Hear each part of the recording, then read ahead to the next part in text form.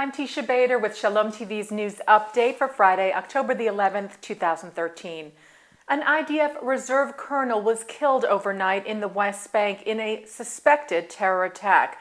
61-year-old retired IDF Colonel Saraya Ofer was murdered outside his home in Brosh HaBik'ah, which is located in the northern Jordan Valley near the edge of the eastern West Bank. The man's wife, Monique Omer, told security forces that her husband was attacked by two Palestinians wielding iron bars and axes. The IDF was investigating and has arrested 5 Palestinian suspects. In what is a tragic coincidence, Ofer's death comes 40 years to the date of the death of his brother Yitzchak Ofer, who was killed on October the 11th, 1973, when his aircraft was shot down over the Golan Heights during the Yom Kippur War. The Jerusalem Post reported yesterday, citing a senior Palestinian official, that Palestinian Authority President Mahmoud Abbas has agreed to meet with Israeli Prime Minister Benjamin Netanyahu. The official said Abbas had also told the United States administration of his agreement to meet with the Israeli Prime Minister, and that he was quoted by the Palestinian Quds Net news agency as saying that Abbas has dropped his previous preconditions for holding a summit with Netanyahu, but didn't specify what those preconditions were. The official was quoted as saying the U.S. administration played a big role in exerting pressure on Abbas to agree to a meeting with Netanyahu, adding, "We expect the meeting to take place in Jerusalem in the next few days." In response to the report, a source in Abbas's office said it was premature to talk about a summit between Abbas and Netanyahu, who haven't met face-to-face since September of 2010. There was no comment from the U.S. or from Netanyahu's office, although the Prime Minister has often said that he would drive out to Ramallah to meet with Abbas. Israel's Finance Minister Yair Lapid met with U.S. Vice President Joe Biden in Washington yesterday. Lapid, who was in Washington to attend meetings of the World Bank and International Monetary Funds, also met with Treasury Secretary Jack Lew, as well as with White House Middle East Coordinator Phil Gordon. A statement from the White House said the Vice President and Minister Lapid discussed Israel's economy as well as regional issues, including recent developments with regard to Iran, Israel's negotiations with the Palestinians, and the importance of strengthened economic cooperation between Israel and the Palestinian Authority. Reuters reports that a former German Nazi SS officer convicted of one of Italy's worst wartime massacres died today in Rome at the age of 100.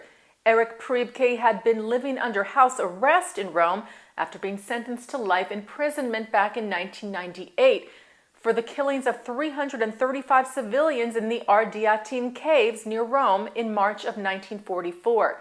He was in charge of the SS troops who executed the civilians, which was in retaliation for the killings of 33 German soldiers by a group of partisans. After the war, Priebke escaped to Argentina but was then deported to Italy after he admitted to his role in the massacre during an American television interview, where he said the massacre had been conducted against, quote, terrorists. His lawyer said in a statement that Priebke had left a final interview as his human and political testament after his death, though it was not clear when that interview would be released to the public. Well, civilians, they have been... The ruling party in Holland has voted to support more funding for the protection of Jewish institutions in Amsterdam. The People's Party for Freedom and Democracy, known as the VVD Party, released a statement earlier this week saying that Amsterdam must begin to shoulder some of the costs connected with the protection of Jewish institutions like schools and synagogues. Stefan de Bruijn, an alderman representing VVD in the city, said the current level of support is not sufficient. The Anti-Semitism Monitor report of the Hague-based Center for Information and Documentation on Israel documented 113 anti-Semitic incidents in the Netherlands, including 6 physical attacks last year. Bruijn said safety is for the government to provide and must not come at the expense of the Jewish community. He said the threat facing Jewish institutions is not anecdotal. We believe a structural problem demands a structural solution. International Israeli education organization Stand With Us will be putting up posters next week to counter anti-Israel posters currently on display in the Vancouver area. Stand With Us has dealt with anti-Israel poster campaigns in the past across the United States, but this is the first time that they'll be putting up posters in Canada. The ads will counter ads currently on display in 10 TransLink stations in the Vancouver area, sponsored by the Palestine Awareness Coalition. Those posters depict a map of a disappearing Palestine, with Israel appearing to be expanding. Stand With Us Canada Executive Director Meryl Kate said, as usual, the anti-Israel ad campaign tries to undermine North American support for Israel by misrepresenting its history. Now the campaigners have moved to Canada, she said, in an effort to erode Canada's strong support for the Jewish state. She said the Stand With Us posters balance the propaganda with the facts, while at the same time remind Canadians of the shared values and many benefits of Canada's steadfast alliance with Israel.